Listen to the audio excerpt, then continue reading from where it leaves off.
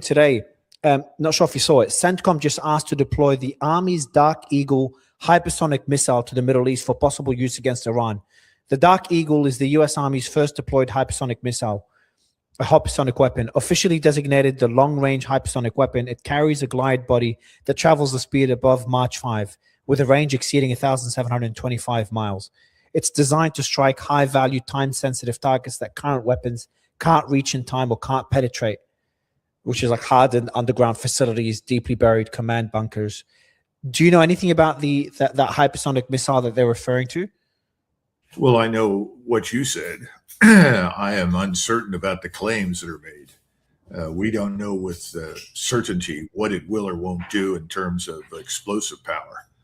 So we'll have to wait and see when it's employed, whether or not it performs to expectation. A lot of weapons that were employed at the beginning of the Ukrainian-Russian war did not perform to expectation, both Western and Russian. Until you start to use these things, you can't be 100% certain. But it makes sense that President Trump is trying to convince himself that one of these weapons is going to rescue the operation. You know, this is what happened in the last year of the Second World War with Hitler. He reached for anything that promised victory, and he looked at a number of silver bullet weapon systems.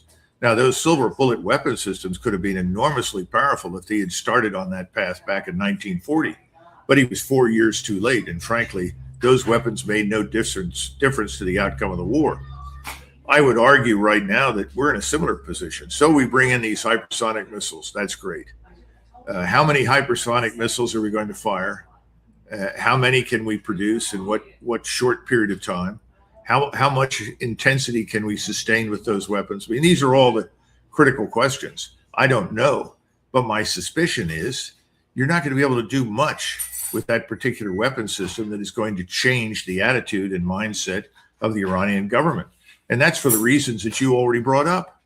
What possible sane person would sit down and negotiate terms with this current president and his government and buy it? Can you believe anything we say? Where's the evidence that we will carry through on our promises? There just is none. Probably one of the most important treaties we ever signed was the Intermediate Range Nuclear Force Treaty, the INF Treaty. And we casually dismissed it out of hand. And that was a very, very important development because it relieved us and the Soviets at the time of the requirement to build those things. Because if you built enough of them, they had a chance inside Europe, which incidentally is much smaller than what you're dealing with right now in Iran, to have a war-winning capability.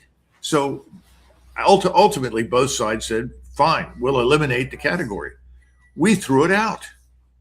We don't know what's going on right now. We've discarded all of the not peacekeeping, but arms control regimes that we formerly relied on. So we have no surveillance. We don't know with absolute certainty what our potential opponents have or what, and they don't necessarily know what we have. So I guess my point is, why would the Iranians negotiate with us at all? For them, the best case is we give up and leave. So the Iran's Navy commander said soon will reveal something they deeply fear right on their doorstep. You've got another political leader, senior Iranian official, Mohansen Rezai, said, we will not tolerate a naval blockade. And if the blockade continues, Iran will respond. At the same time, Axios reports that Brad Cooper, the CENTCOM commander, will brief Trump next Thursday, or that's today, the reports today. So he'll brief him in a week on military strike options against Iran. Options include short and powerful strikes on Iranian infrastructure, ground operations to seize part of Hormuz, and a special forces mission to take Iran's uranium directly. So it's like all the things we've discussed, they're all being discussed. All the options are on the table, apparently, according to Axios, and there was a similar report by another outlet a few days ago. And Iran has made it very clear that if they're back into war, there's going to be gloves off for them. They're going to target the energy infrastructure in the Gulf, close the Bab el-Mandeb Strait, and cut my internet off, Colonel. They're going to cut off the undersea cables. They're going to damage them for the Gulf countries. What is a full-blown war? First, not a full-blown war. If Trump takes any of these recommendations from Brad Cooper, how will Iran respond, and what would a war look like, and how would it? And could we get into an escalation trap where one thing leads to another, and we're in another quagmire? Well, the real question is who has escalation dominance? Do we or the Iranians? And I would argue that the Iranians are now in a position to dictate the escalation. I also think that President Putin's call yesterday to President Trump was focused on this very issue. Now, I don't know what passed in that phone call, and there's no reason why I should. But I rather suspect that President Putin may have told President Trump something along the lines of what you just said. You know, this is an existential war for Iran. We attack them again, or you attack them again, and they will respond with everything they have. They have no incentive to moderate their response. They have no incentive to believe anything you say. So Putin's recommendation was, don't go back to war. Find a different way out of this. And I'm sure that President Putin offered to support whatever negotiations were held. And ultimately, if the Iranians were going to agree to anything that we put on the table, I imagine they'd want Chinese and Russian guarantees that they will support Iran in the event that these agreements are violated. So I think the Iranians are now in charge. They have the strategic initiative. They can dictate the escalation. We are limited. We're still 6,000 to 7,000 miles from home. Everything requires transport over a great distance to reach the battle space. And we're wearing out a lot of equipment. We're wearing out a lot of people. I was glad to see the Gerald Ford is headed home, because those poor bastards need a break. They've been through a lot. People don't know what it's like to go to sea for long periods of time. And all the equipment needs maintenance. So right now we're down to 2 carrier battle groups, plus whatever the Air Force can mobilize. And now they're looking at these hypersonic missiles that, as far as I know, may have been tested, but certainly never tested under combat conditions. It's a measure of desperation, Mario, on the part of President Trump. What can I find? What can I get? What can I use that will make these people submit to me? And my point is, Mr. President, there's nothing you can do that will compel the Iranians to submit to Israeli demands, which is really why we're fighting the war. And there's no incentive for Russia or China or India or Japan or Korea or Vietnam or anybody else to step in and stop this.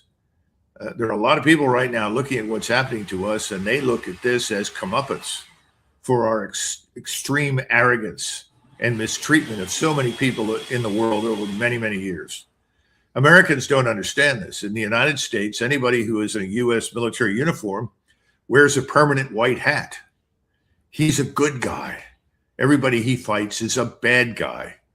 But the rest of the world doesn't see it that way. And I think right now, there are a lot of people who would like to see us be embarrassed. So I think the smart move for President Trump is to go back to what I said.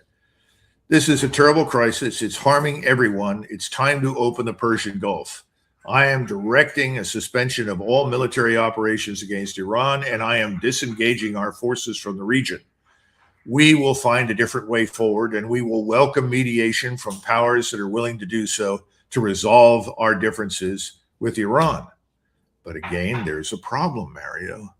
Yeah. There's a third party. It's Israel. Israel has always wanted the destruction of Iran. That's what this war is about as far as they're concerned. I think they bit off more than they can chew. You might disagree. I just don't think they can. I have a feeling Trump is really pissed off after this war and the intelligence he was given. I wouldn't be surprised if it really lashes out on them. I think he made there's a comment. He made a few comments on that. And today he said about, he scolded Netanyahu yesterday. He said, I told him he has to do it more surgically about Lebanon, not knock down buildings. It is too terrible. It makes Israel look bad. That's not too aggressive of a thing. I think he said something more aggressive against Israel. He's like, I have ordered, or the US has ordered Israel to halt attacking Lebanon, something along those lines. So I have a feeling, at least now this is just rhetoric, and it's happened before. Actions need to follow, but the ceasefire is holding in Lebanon to an extent very different to before. Isn't there a possibility that we may them that would have been the straw that broke the camel's back, and Trump may kick off what's inevitable anyway, and that's a massive shift in the US against Israeli foreign policy or Israeli influence over US foreign policy? Well, if there's enough rain and sunshine, then I suppose the grass that surrounds my home will flourish. You're asking a question I can't answer, and you're asking it in a hopeful way. I don't see any hope. If you're an Israeli right now and you support Mr. Netanyahu, this is your chance, because right now he has complete control of the United States Armed Forces. He's the one who's really in charge. If people hadn't figured that out when Mr. Vance walked out of the meeting, got on the phone and called Netanyahu, then I don't know what to tell people. So until that fundamentally changes, no, I don't think we're going to see anything magical from this relationship that's any good. I'm hoping he called Netanyahu not to get his opinion on the peace deal, but to tell him that Lebanon will be included. That, at least that's me hoping that's the case. Listen, hope springs eternal. How can Trump accept the Iranian demands? I understand they've got the upper hand. I think Trump has shown not only he wants to walk away, but he's happy to give up a lot of the initial requirements, the initial requests he had at the beginning of the war. But we're in a position now, and I've said this to others as well, is that the Iranians are, they're asking for things that would be impossible for Trump to accept. Accepting Iran to control the Strait of Hormuz with no time limit whatsoever just diminishes completely destroys the U.S. image of having the world's most powerful navy, of the protector of the seas and international trade, and the U.S. being the most powerful military in the world. Changes the global world order where other countries could do the same in their own straits. I think it just diminishes the U.S. to such a level where it's no longer a political loss for Trump, but it will have catastrophic consequences for the states. That's for the Strait of Hormuz, and to walk away without actually having any concessions on the nuclear program is also a humiliating loss for Trump. He cannot even twist, as Roy Cohn says, he can't twist this into a win. So shouldn't the Iranians also concede something? I'm not saying concede everything. Request the lifting of sanctions, the unfreezing of assets. That's their right. You can say they've been under economic warfare for decades. That's fine. And they give up concessions on the nuclear program. But the Strait of Hormuz control with no time limit seems to be a pretty extreme demand. Well, the Ottoman Turks lost the First World War to Great Britain, but the British eagerly signed up for the Montreux Convention, which gave Turkey control of the Bosphorus and the Dardanelles. And the Turks have handled that very, very well. So I don't see conceding something that we cannot reverse as necessarily catastrophic for us. We didn't go into the war to prevent Iran from controlling the strait. Apparently, nobody bothered to consider the possibility that Iran could ultimately do that. But then again, I don't think we understood the extent to which this intelligence, surveillance, reconnaissance complex and space-based persistent surveillance linked to all sorts of missile systems and unmanned systems on the ground could be as effective as it's turned out to be. I don't think we appreciated that. We should have. We saw evidence for this in eastern Ukraine, but we didn't really take it seriously. Once again, the same problem the British had is the problem that we have. We tend to take experience against weak opponents and translate that into great power. It was one thing for the British Army to take on tribesmen in Waziristan, or to slaughter Sudanese tribesmen with machine guns in 1899. But taking on the Imperial German Army, that was an entirely different matter. And they were pretty desperate, and they fought for 3 years along with the French. And had we not entered the war and bailed them out, they would have ended up having to concede defeat. They would have had to sit down and negotiate terms with the Germans, which they didn't want to do. So we rescued them. There's nobody out there to rescue us.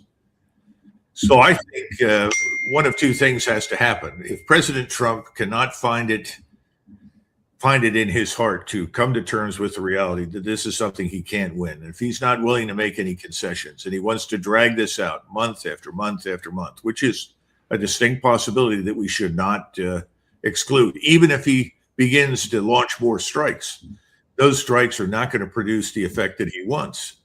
So that means that even after he launches more strikes, he's still stuck with the same essential problem. So if he doesn't come to terms with that, what do? Mario, you remove the president. You think that could happen? Yes, absolutely. Go back to, I'm sure everybody else has said this to you. The American people were never consulted on this.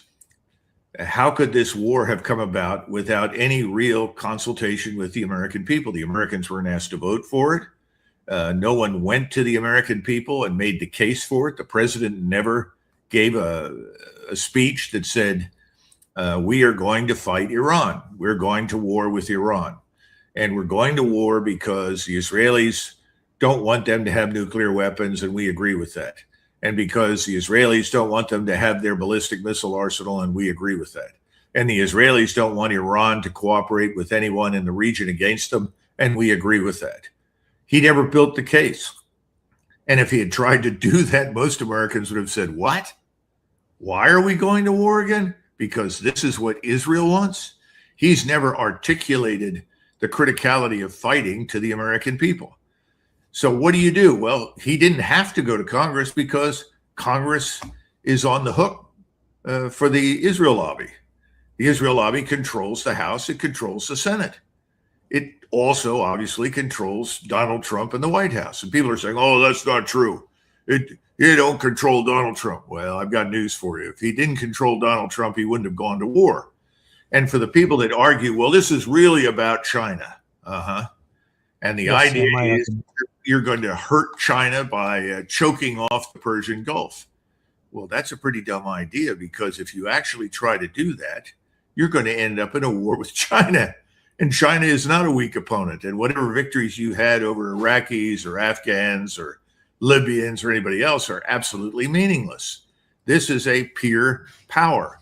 This is a mega power on every conceivable level, another continental power that cannot be conquered. So no, I don't think the idea was to go to war in order to harm China. People, though, in Washington are dumb enough to say, well, this is kind of an unanticipated benefit. We're harming China, really. So that means that the rare earths the Chinese control, which are so vital to our defense industries and so many other things in private and in public life, doesn't have an impact because the Chinese can essentially cut us off. And what do we do then when we want to reproduce missiles, whether it's Patriot or strike missiles or aircraft or anything else? So I think it's a very dumb idea at this point to think that somehow or another this is going to harm China. China is even more resilient than Iran. Wouldn't it give the US leverage over China, though? If obviously that ship has sailed now, the days of talking about US control of the Strait of Hormuz, that's no longer on the table. Now it's just getting out of the war without having a humiliating defeat. That's what we're trying to achieve. And the Iranis are not even letting Trump achieve that. Do you think there's elements within the IRGC that not only don't want to concede and they're emboldened after this war, but they actually want to drag the US back into the war? There's been reports about it, but it's impossible to find out what's happening in Iran. But is it possible that they want to drag the US into this war to further deplete their munitions, further cause harm, to ensure long-term deterrence that no president does this again? Is that possible that Iran is at that place, or at least some elements of the IRGC?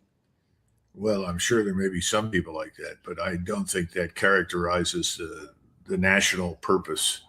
I think Iran would very much like to see an end to this war, but Iran wants certain things, one of which is our complete evacuation of the region. I mean, they're tired of being surrounded by U.S. bases from which we can launch.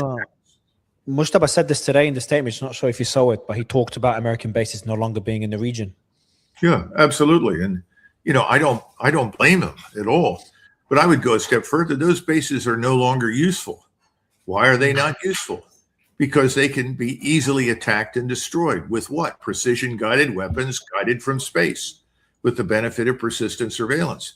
The entire U.S. military strategy, the entire U.S. military force structure is lost somewhere in 1944 and 45. I listened to Marines and Army and Navy officers who were telling me, we've got to take control of the first and second island chains. And you try to tell them, if you go sit on a small island I'm sure the enemy would be delighted. All he has to do is devastate the island.